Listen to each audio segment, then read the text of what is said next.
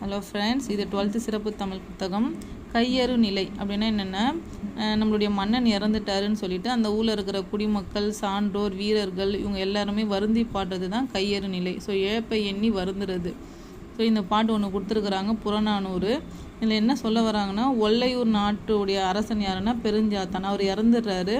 So அந்த ஊரில் பூக்கிற இந்த முல்லைப்பூவை வந்து யாருமே சூடலை, யாருமே வைக்கலை. வளையல் போட்ட மகளிரை பறிக்கலை.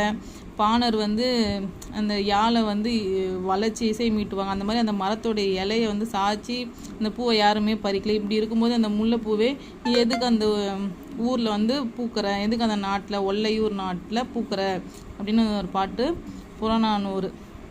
இளையோர் சூடர் வளையோர் கொய்யர் நல்யாழ் மறுப்பின் மெல்ல வாங்கி பாணன் சூடான் பாடினி அணியால் ஆண்மை தோன்ற ஆடவர் கடந்த வல்வேர் சாத்தான் மாய்ந்த பின்றை முல்லையும் பூத்திய ஒல்லையூர் நாட்டு.